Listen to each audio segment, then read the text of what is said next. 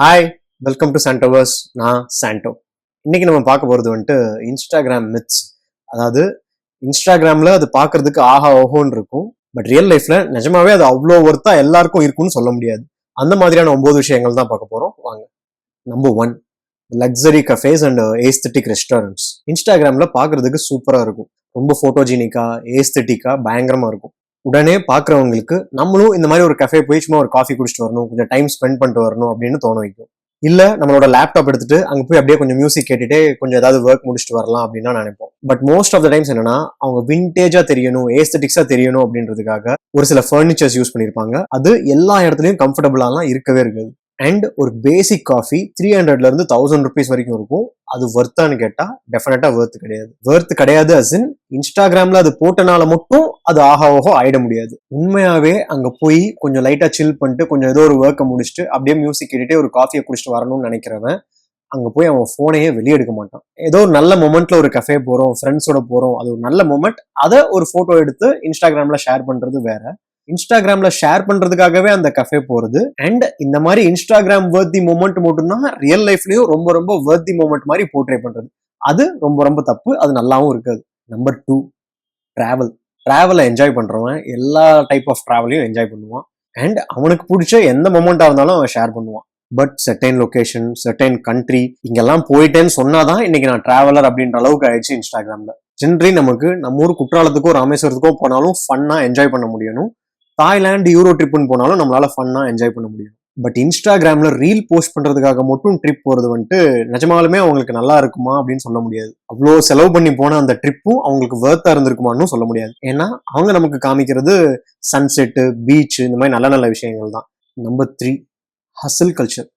இது லிங்க்டின்னே நிறைய பேர் இன்ஸ்டாகிராம் மாதிரி யூஸ் பண்ணிட்டு இருக்காங்க. பட் இன்ஸ்டாகிராம்லயும் அகைன் இதை பண்றாங்க. ஹசில் கல்ச்சரை பயங்கரமா ப்ரொமோட் பண்றது. காலைல 4 மணிக்கு எந்திரிச்சு ஒர்க் பண்ணிட்டு இருக்கேன், நான் ஆஃபீஸ்ல எவ்வளோ ஹார்ஸ் எக்ஸ்ட்ரா ஒர்க் பண்ணிட்டு இருக்கேன், நான் பயங்கரமா போராடிட்டு இருக்கேன், நான் பயங்கரமா எஃபர்ட் போட்டுட்டு இருக்கேன். ஹசில் கல்ச்சரை திருப்பி திருப்பி இன்ஸ்டாகிராம்ல குளோரிஃபை பண்ணிட்டே இருக்குது. இதெல்லாம் உன்ட்ட யாரா கேட்டா அப்படின்ற மாதிரி இருக்கும். ரியாலிட்டியில என்னைக்குமே ஹசில் கல்ச்சரை விட பீஸ்ஃபுல்லா சும்மா உட்காந்து சில் பண்றது தான் நல்லா இருக்கும். பட் நம்ம ரொம்ப பேஷனேட்டா ஆம்பிஷியஸா இருக்கணும்னு காமிச்சுக்கிறதுக்காகவே இன்ஸ்டாகிராம்ல இன்ஸ்டன்டா டெய்லி அப்லோட் பண்ணிட்டே இருக்கிறது. பட் ரியல் லைஃப்ல அவங்களுக்கும் பீஸ்ஃபுல்லா சும்மா உட்காரது தான் நல்லா இருக்கும். நம்பர் 4, கப்பல் கோல்ஸ். இது டோட்டலா நிறைய ரிலேஷன்ஷிப்பே கெடுத்து விட்டுருச்சுன்னு சொல்லலாம். இன்ஸ்டாகிராம்ல யாரோ அவங்களுக்கு பிடிச்சது இல்ல ஏதோ ஒரு ப்ரொமோஷனுக்கு என்னத்தையா பண்ணி விட்டு போயிடுறாங்க. பட் ரியல் லைஃப்லயும் அது பண்ணாதான் அச்சீவ்மெண்ட் அப்படின்ற மாதிரி நிறைய கப்பல்ஸ் நினைச்சுக்கிறாங்க. அதெல்லாம் கிடையவே கிடையாது. வெளியே எதுவும் அப்லோடே பண்ணாம இன்ஸ்டாகிராம்ல எதுவுமே காமிச்சுக்காம இன்னும் சூப்பரா அவங்களுக்குள்ள சர்ப்ரைஸ் பண்ணிக்கிட்டு பயங்கரமா ஃபன் பண்ணிட்டு வாழ்ற கப்பல்ஸ் எனக்கு நிறையவே தெரியும். அண்ட் இதுல இன்னொரு பிரச்சனை என்னன்னா, இன்ஸ்டாகிராம்ல வெறும் ஹாப்பி மூமெண்ட்ஸை மட்டும் தான் ஷேர் பண்ணுவோம். மோசமான நம்ம ஃபெயிலியரான மூமெண்ட்ஸ் நிறைய ஷேர் பண்ண மாட்டோம். ரிலேஷன்ஷிப்லயும் அதே ப்ராப்ளம் தான். இன்ஸ்டாகிராம் மட்டும் பார்த்துட்டு எப்பவுமே இந்த மாதிரி சர்ப்ரைஸ் பண்ணிக்கிட்டு கிஃப்ட் கொடுத்துக்கிட்டு மேட்சிங் ட்ரெஸ் போட்டுக்கிட்டு ரொம்ப ஜாலியா மட்டும் தான் இருக்குன்னே ஒரு ஜென்ரேஷனே வளர்ந்துகிட்டு இருக்கு. ரியல் லைஃப்ல நிஜமாவே ரிலேஷன்ஷிப்பை அவ்வளோ சினிமேட்டிக்காலாம் கொண்டு போகவே முடியாது. அப்படி ஒருவேளை ரொம்ப ஆர்டிஃபிஷியலா சினிமேட்டிக்கா கொண்டு போனாலும் அது ஒரு நாள் டெஃபினட்டா உடஞ்சிடும். Number 5, show of. இதுக்கு முன்னாடி டிஸ்கஸ் பண்ண பாயிண்ட்ஸும் கிட்டத்தட்ட ஷோ ஆஃப் தான். பட் அதுல என்னன்னா, அது இன்ஸ்டாகிராம்ல போட்டனால மட்டும் அது ஆஹா ஓஹோன்னு ஆயிடாதுன்ற மாதிரி நம்ம சொல்லியிருந்தோம். நம்ம இன்ஸ்டாகிராம்ல பாக்குறது is not the bench mark. நம்ம பாக்குற மாதிரி இல்லாம நம்ம ஓன் ஐடியாஸ் இன்னும் நிறைய சூப்பரா பண்ணலாம்.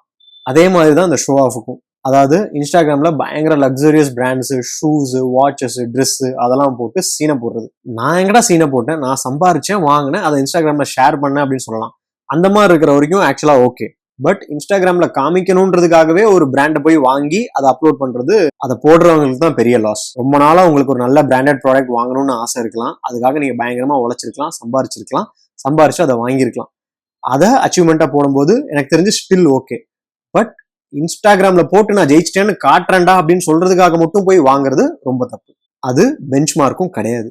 Number 6, influencer life. இந்த இன்ஃப்ளூயன்சர்ஸ்க்குலாம் பயங்கர ஜாலி, அவங்களுக்கு எல்லாமே ஃப்ரீயா கிடைச்சிடும், நம்மளுக்கும் இந்த மாதிரிலாம் கிடைச்சிட்டா நாமளும் ஜாலியா வாழலாம் அப்படின்ட்டு நிறைய பேர் நினைச்சிட்டு இருக்காங்க. பட் ஆனா வாழ்க்கையவே கண்டென்ட்டா மாத்துறது இருக்கலே ரொம்ப ரொம்ப ரொம்ப ரொம்ப கஷ்டமான விஷயம். ரியல் லைஃபோட மொமெண்ட்ஸை அவங்களால என்ஜாய் பண்ணவே முடியாது. ஒரு ஹோட்டலுக்கு போனா ஃபுட்டு நல்லா இருக்கிற மாதிரி நடிக்கணும், ஒரு க்ளோதிங் ஷாப் போனா ட்ரெஸ் நல்லா இருக்கிற மாதிரி நடிக்கணும், ஒரு டிராவல் இன்ஃப்ளூயன்சர்னா அந்த ட்ரிப் எவ்வளவு கேவலமா இருந்தாலும் செமையா என்ஜாய் பண்ற மாதிரி நடிக்கணும். இந்த நடிப்பெல்லாம் எதுக்கு? வியூஸுக்கும் லைக்ஸுக்கும். அதை பார்த்துட்டு நம்மளும் அதே மாதிரியான பிளேஸுக்கு போகணும், அதே மாதிரியான ஹோட்டலுக்கு போகணும்னா மோஸ்ட் ஆஃப் த டைம்ஸ் நீங்க ஸ்கேம் தான் ஆவீங்க. Number 7, fitness.